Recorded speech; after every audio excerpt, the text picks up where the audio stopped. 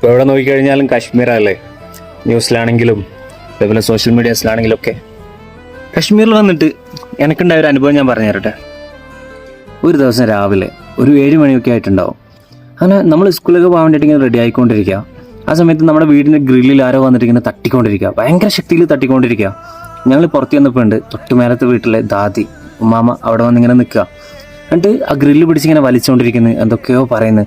അപ്പം നമ്മൾ അടുത്തേക്ക് ചെന്നപ്പം ഉമ്മാമ പറയുന്നത് വെച്ച് കഴിഞ്ഞാൽ, ഞാൻ മരിച്ചു പോയിട്ടൊന്നുമില്ല, മേലത്തെ എൻ്റെ വീട് നിങ്ങളെയും കൂടെ വീടല്ലേ, അവിടേക്ക് വരാൻ വേണ്ടി ഞാൻ ഇവിടെ വന്ന് നിങ്ങളെ ക്ഷണിക്കേണ്ട എന്താ ആവശ്യമുള്ളത് എന്നൊക്കെ പറഞ്ഞിട്ട് ഒരു വിഷമത്തോടൊക്കെയാണ് ദാദിയായ ഗ്രില്ല് പിടിച്ച് വലിച്ചുകൊണ്ടിരിക്കുന്നത്. അപ്പം പിന്നെയാണ് നമുക്ക് കത്തിയത്. അതായത് കഴിഞ്ഞ 2-3 ദിവസമായിട്ട് നമ്മുടെ ഗ്യാസ് കഴിഞ്ഞിട്ടുണ്ട്. അപ്പം നമുക്ക് താഴെ നിന്ന് മുകളിൽ നമ്മൾ സ്റ്റേ ചെയ്യുന്നിടത്തേക്ക് ഗ്യാസ് എത്തിക്കൽ കുറച്ച് ടാസ്ക്കാണ്. അപ്പം ഉമ്മാമ കരുതിയത് നമ്മൾ 2-3 ദിവസമായിട്ട് ഭക്ഷണമൊന്നും കഴിക്കുന്നില്ല.